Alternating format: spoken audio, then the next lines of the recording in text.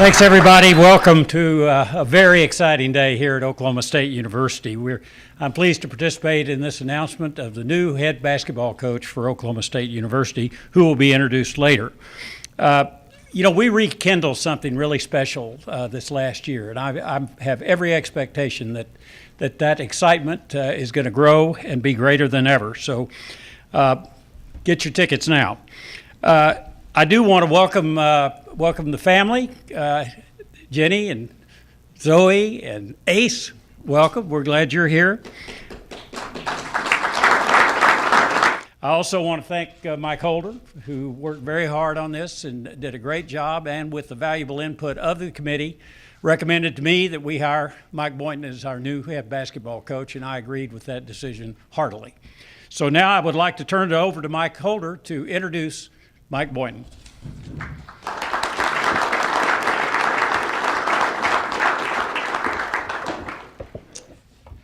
It's great to see the players here. At the end of the day, that's what it's all about.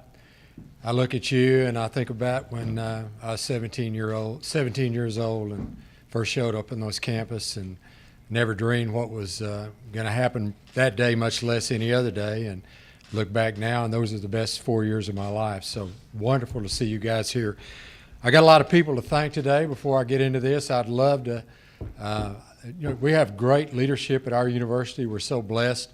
Great president, transformational president.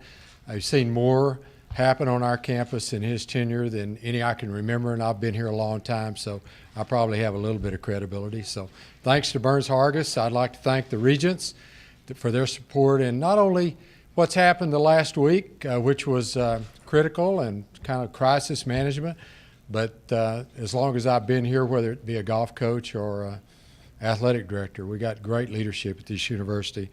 I'd also like to thank the fans. Very, very passionate. Trust me, I heard from them. My email box was full, and you got to have pretty thick skin sometimes to open some of those emails, but I promise each and every one of you that felt strongly enough to send me your thoughts. I read every one. I responded to every one. They may have been short responses because I didn't have a lot of time, but I wanted you to know that I read every one of them, and I appreciated the passion that you had. Positive or negative, doesn't matter. If you're going to build something special, you have to have a product or something that inspires emotion. And we've got plenty of that in our fan base, and that tells me we can go to great heights. One of those emails, I pretty late at night, and I was reading through it, and I thought, gee whiz, that was pretty tough. And I went back through there to see if I could find any kind of positive to come out of it. And the best I got was, "You're a shriveled up old fossil." I quickly went to the bathroom and looked in the mirror. And I know I'm getting on up there. I'd also like to thank the students. Without the students, we don't have a job. This university, you're our lifeblood. You're what we get up for every day. And to see you back in the building, that was very gratifying this year. You bring the energy. That's why everybody else comes in the building. Two things, players and students. That's what it's all about. I'd also like to thank Brad Underwood. Brad was only here a year. He did a lot of positive things. He ignited the passion in our fan base, got them back in the arena. I saw a transformation in a lot of our players, which is what a coach is supposed to do. Other things too numerous to mention, but probably the greatest blessing of his 1 year was the people he brought with him and surrounded himself with. Thank goodness he brought 3 great assistant coaches in, and ultimately that gave us a great pool to look to internally.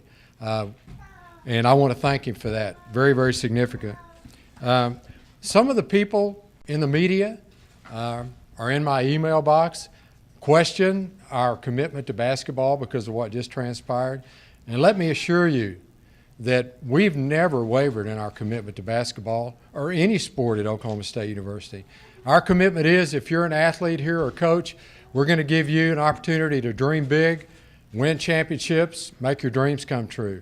As the athletic director, I owe that to every student athlete, every coach.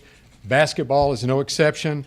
So we have never wavered in that commitment. We never will.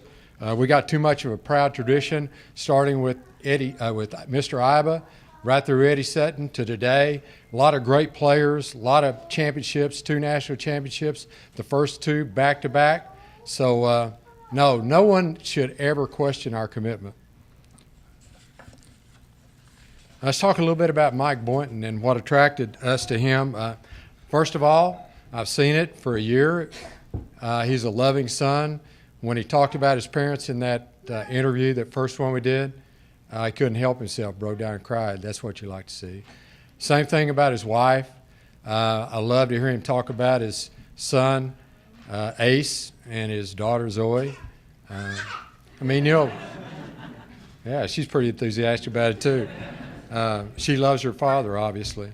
But coaching's about family and creating that family atmosphere on your team. And when you see it reflected firsthand in your head coach, assistant coaches and their families, makes you feel pretty good. What I'd ask from him is he loved his players like his sons, and I think we'll get that. He's a leader. He'll talk about that extensively. You know, it's one thing to talk the talk. It's another to walk the walk.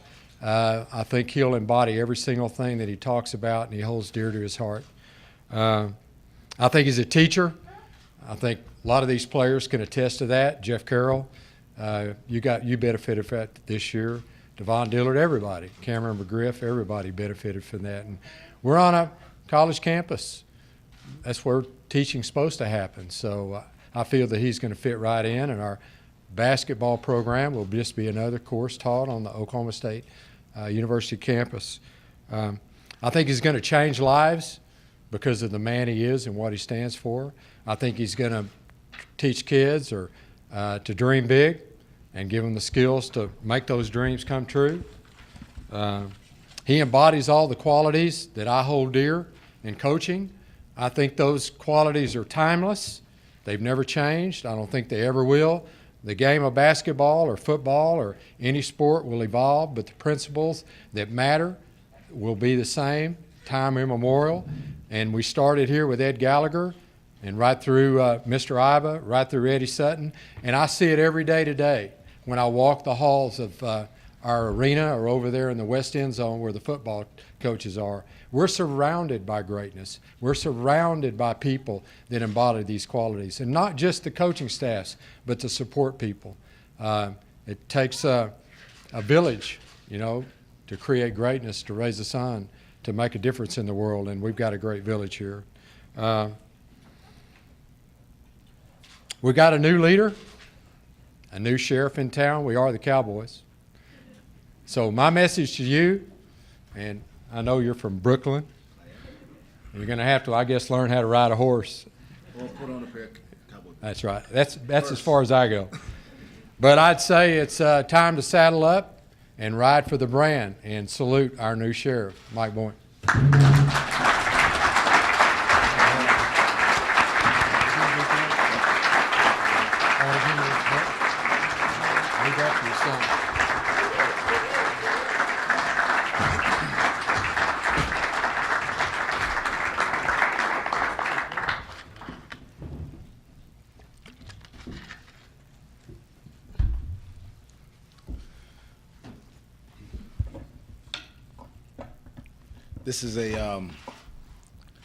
This is a pretty unbelievable day in a lot of ways.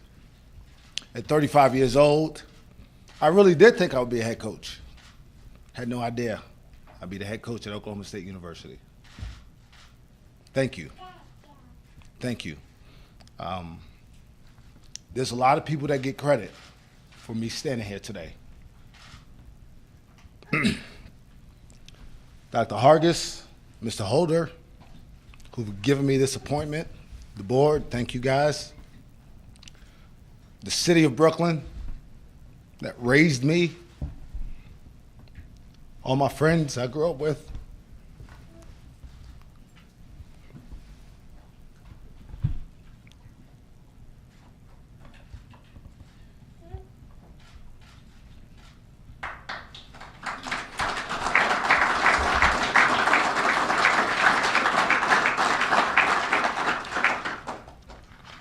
my dad, my mom, my sisters. I didn't have a brother.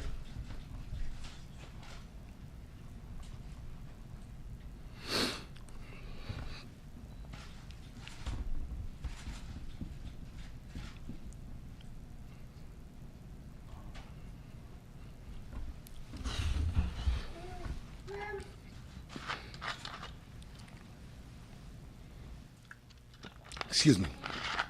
But I've always had brothers.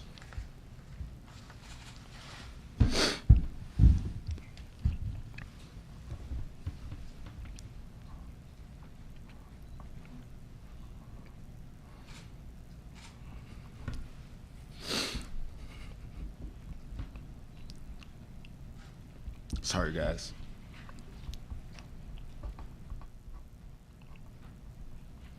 This is about people. Okay?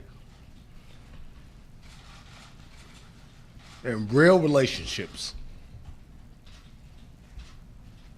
Trust. Respect.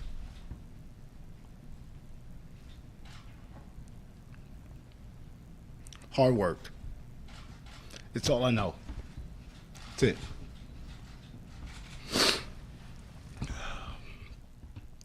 We succeed together with your help.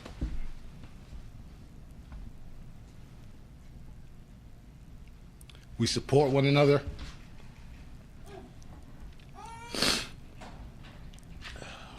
We push each other to our goals. We challenge each other to be better.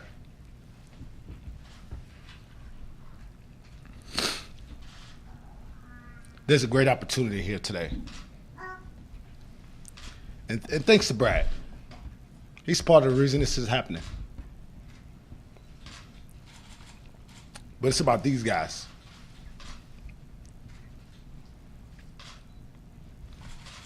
Every one of them. They know I care about them and I love them. They know that I'll push them as hard as I can to make them better. And they respect that about me. They let me coach them hard because they know I care. 10 at night, 6 in the morning, they can all call me for anything. And really, that's how we got here. That's what this is about. This is not about X's and O's, what plays I know.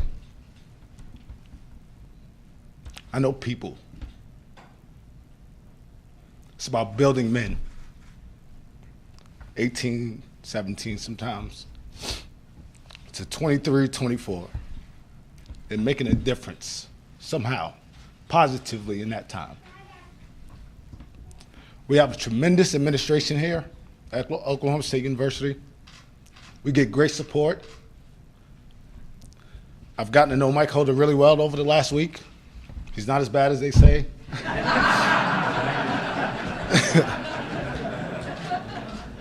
He really is a funny guy in a lot of ways. He almost makes me seem like there's a lot that we have in common, even though we're from really, really different parts of this world. We do share a lot of the same values, though. That it's about these guys, first and foremost. And that it's our job to help them achieve their goals, whatever they may be. Most of them want to play professional basketball, and we want them to do that. We got to help them understand what it takes to get there, and we have to provide them with the resources to make them better and get them there. Our staff is here for our players. Lamont Evans is somewhere in this room, and he could just as easily be standing right here. He's a brother that I never had, a great friend, a tremendous coach, and he will be standing here one day. And I love him. He knows that. He will be staying with us as the associate head coach at Oklahoma State University.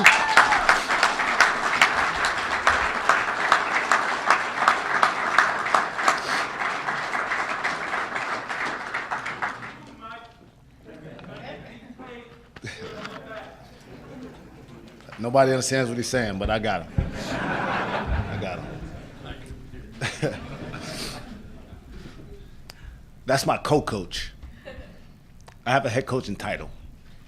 That really, I don't want to say it doesn't mean anything, because it does. It was a goal of mine. But that's not what this is about. Our players are here to get better and grow and develop, mature. Go from irresponsible, questionable decision-making, immature, sometimes late, know-it-alls, to guys who really understand what life's about, and that's people. Know how to respect people, know how to work their tails off every day, no matter how it feels, because some days you don't want to get out of bed. It's just that simple. You need to get out of bed and go to work. It's your responsibility. They need to learn that lesson, and they learn it here. That's our jobs. They need to do things that they don't necessarily feel comfortable with all the time, because it's the right thing to do, not the easy one. That's our job, to teach them that. They're also here to represent this university and the classroom first by showing up every day and doing their work. They know my expectations in the classroom, on the court, giving everything they have, putting on that jersey and having pride that it says Oklahoma State University on the front of it. That that's a privilege, not a right. That there are several players for generations that paved the way for them. Reeves, Rutherford, Mason, Graham, Smart, Forte. Those guys gave blood, sweat, and tears for them to continue to be able to do what they want to do. That's a big deal. It's a big responsibility. It's our job as a staff to convey that message to them every day. Let them know that they walk with pride. They play with passion and pride. They give everything they have every single time they step on the court, because it means something to put that jersey on and represent Cowboy Nation. Our players are here to be ambassadors for this university, to go out in the community and represent it in a positive light when they're in the community, to give other people hope that it doesn't matter where you come from, how tall or short you are, how you look, you have an opportunity here at Oklahoma State. People care about each other here. They know they'll be held accountable in every facet of their lives here, socially, academically, and athletically. The message to our fans is simple. This ain't about me. It's about them. The players need your support. I'm going to be okay. I'm going to be fine. I'm going to work my tail off like I always have my entire life, and I'll figure this thing out as we go. Not that I don't know what I'm doing already, but I've never called a timeout of the game. I'll figure out when it's a good time to do that. I'll get that right. All right? But our players need the support of our fans and our alums and our boosters. That's who they're coming here to. They're not coming here to support me. They need to come support these young men who are given every single thing they have every day to represent them, so that they can go back to wherever they work and live with pride that they went to this university or they donated something to this university. We can only do this thing one way. Together. That's it. Everybody. One accord. Pull in the same direction with each other. Fans, the team, alumni, boosters, administrators, we're going to get this thing done. We're going to win big, because winning big is an expectation at Oklahoma State University.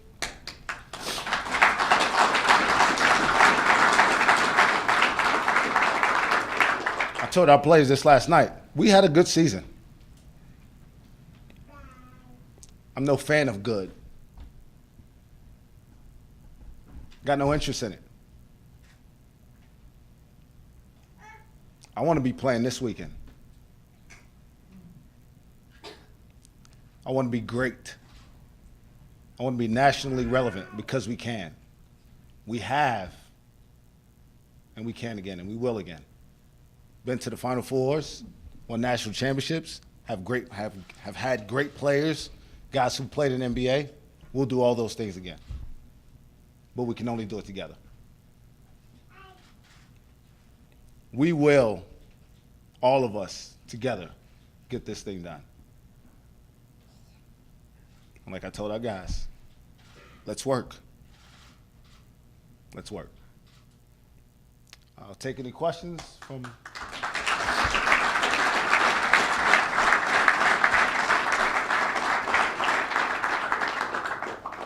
ahead, Cliff.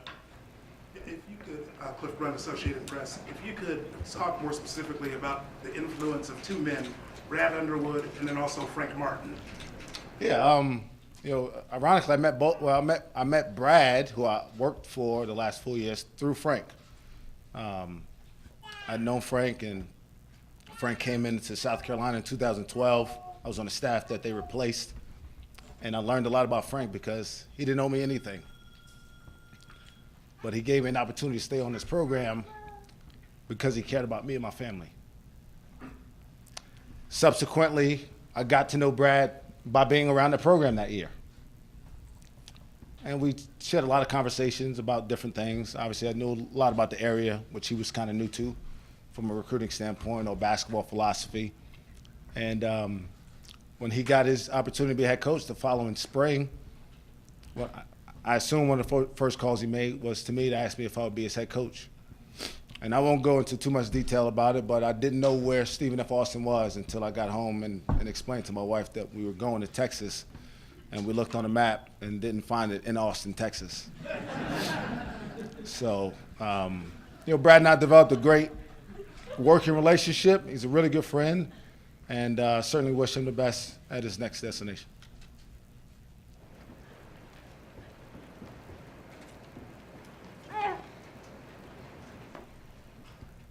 What does this mean to you to have this opportunity at this age? I mean, it's pretty extraordinary. Again, I've always wanted to coach. I've always thought, I've had ideas of being the youngest head coach in the country. I didn't never think about coaching at Oklahoma State at 35. I just didn't. It just wasn't something that was in my mind, just being honest. But I had familiarity with this university. First starting in 1995, I'm sitting in my living room as a 13-year-old, and not every game was on television. And not everything was covered 24/7. So you had breaking news. And they go to the Final Four scene, and they talk about this guy that broke a backboard at the practice at the Final Four. It was a big deal. I mean, I heard about it in Brooklyn. And it was a big country. It was my first time really hearing about Oklahoma State basketball. And again, moved forward.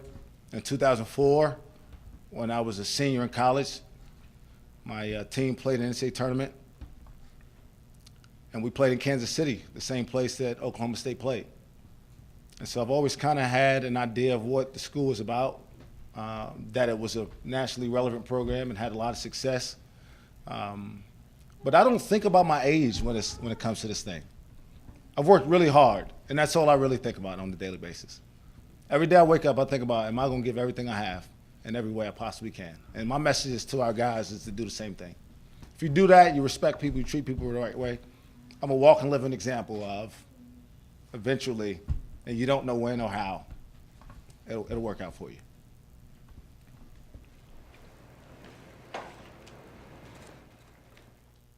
What do you think it was about you that your greatest asset that convinced the OSU administration to buy into you? I don't know, and I'm gonna say this. My wife's gonna laugh because I'm not sure she's ever seen me cry before. I'm not really that much of an emotional person like that. I don't know where that came from, to be honest, and I do apologize. I think I was just overwhelmed a little bit, but I think what it is just genuine. I'm just a normal, genuine person who is authentic and cares about other people. And I think they thought that this team, this program needed that. I don't know if I'm any better of a coach than any of the other candidates. I don't know that. I truly believe in my heart, Lamont Evans could be standing up here as qualified as I am right now. And I'm so glad he's staying along. But yes, I'm committed to doing things the right way and to caring about these guys on a daily basis. Mike, you mentioned Lamont, and can you sort of speak to why it's so important to have him back with you? I don't even know where to start. We share a lot of the same values. He's an unbelievable hard worker. That's key. He's tremendously loyal. He's smart. He knows basketball, kind of matters. And for us, it's about relationships. And to have the opportunity in my first head coaching job to have somebody who I'm so aligned with from a philosophical standpoint gives me great comfort. And I cannot thank him enough. Coach, you mentioned Lamont. What's your timetable on other assistant coaches? Or do you have any you're ready to announce at this stage as well as Lamont? I don't have any others that I'm ready to announce, and I don't necessarily have a timetable. I want to hire the best staff I possibly can. It's not about me. These guys will be co-coaches. Again, they get to call me head coach. I wish they wouldn't. Lamont's every bit a head coach as I am. And the guys that I'm going to try to hire will be as qualified as either one of us. I just want to surround our guys with the best people possible to help them achieve their goals so that we collectively can do the things that we're going to set as goals for our program and our team. Coach, you talked about relationships, the fact that you already have those established with these players. Just how important is that as a foundation in terms of moving forward? Yeah, I think it's better than not having those relationships. But I think that the real key is that the guys actually believe in me, you know, and part of that is because they know I'm vested in them as people first.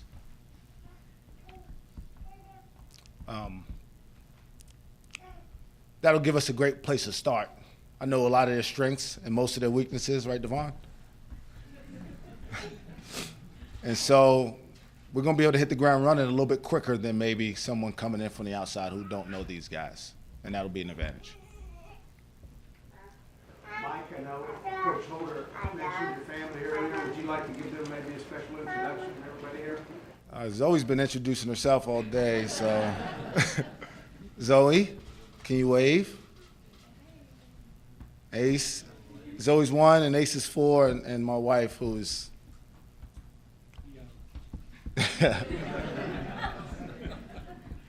I don't know how. I don't know. Again, it's just like being a coach at Oklahoma State right here. She's smarter than I am. She's a better athlete than I am. And I'm not even going to talk about how much better looking. So I'm winning. I mean, I'm fortunate. And I'm very appreciative of their support through everything. Because just as how glorious today is, we've also sat in places at home and wonder where we're going to work here in a couple of months. You know, we've been through a lot, and obviously our children are always there with us. So it's tremendous to have her and them with me. Coach, I know it's probably a little early to think about next year's schedule. This was done before you were named coach, but it seems a little bit coincidental, ironic. The team will play in Brooklyn next year. You know, I heard that a couple months back. I don't know when we announced it. I was really excited about it. And I will tell you that since Friday, when I got offered the job and accepted it, I haven't thought 1 second about scheduling. And I probably should, but these players and our recruits, our former players, are priorities over those things right now. What type of basketball can we see under Mike Boynton? The foundation of our program would be hard, tough, man-to-man defense. Everything else will be built off of that. And if you can't figure it out defensively, you're going to have a hard time playing. So that'll be where we start. You know, offense we'll figure out depending on our talent each year and what different guys are capable of doing. Fully expect to be able to score a lot of points because we'll be able to recruit really talented guys here. But we'll be about defense. We'll be about defense. Coach,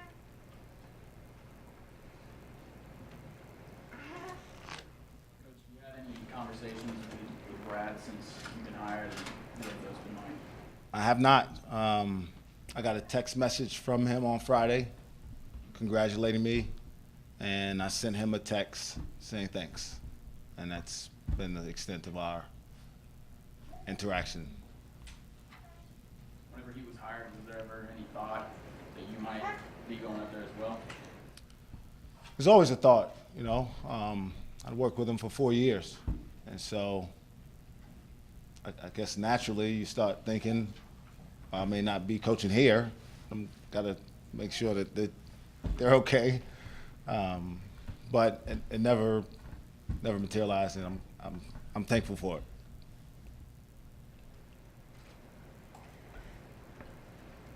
You had several other head coaches from OSU here. How much are you going to rely on them early on, especially some of them that are in similar situations? This was their first head coaching job here. Yeah, those guys can be invaluable to me, and several of them are in season already now. But the type of people they are, they've all reached out to me. And unfortunately, when you're an assistant coach, you usually don't have the head coaches in the other sports phone numbers. So I'm getting a lot of text messages, and as I kind of get through it, I get to a message. I'm like, oh man, Coach so-and-so texted me, and it's been 2 days, and I haven't even thought about getting back to him. And I do apologize, guys, but those guys can be a tremendous asset to me here, and I certainly look forward to working with them and visiting with them soon. I'm a huge baseball fan. If anybody knows me, knows I grew up a huge Yankee fan, being in Brooklyn. So Coach Holliday and I exchanged messages, I think it was yesterday, and hope that we can go cheer on Matt together one day soon. And certainly want to support all the other sports and coaches here. What are the things that you're going to have to learn in a hurry to hit the ground running? It's a good question. Guess we'll find out as they come up a little bit, right? My main priority is making sure that our players know what the expectations are, and then make sure we hit the road recruiting because now time is of the essence. And then we'll figure out those other things as they go along. I don't know if I could pinpoint one specifically.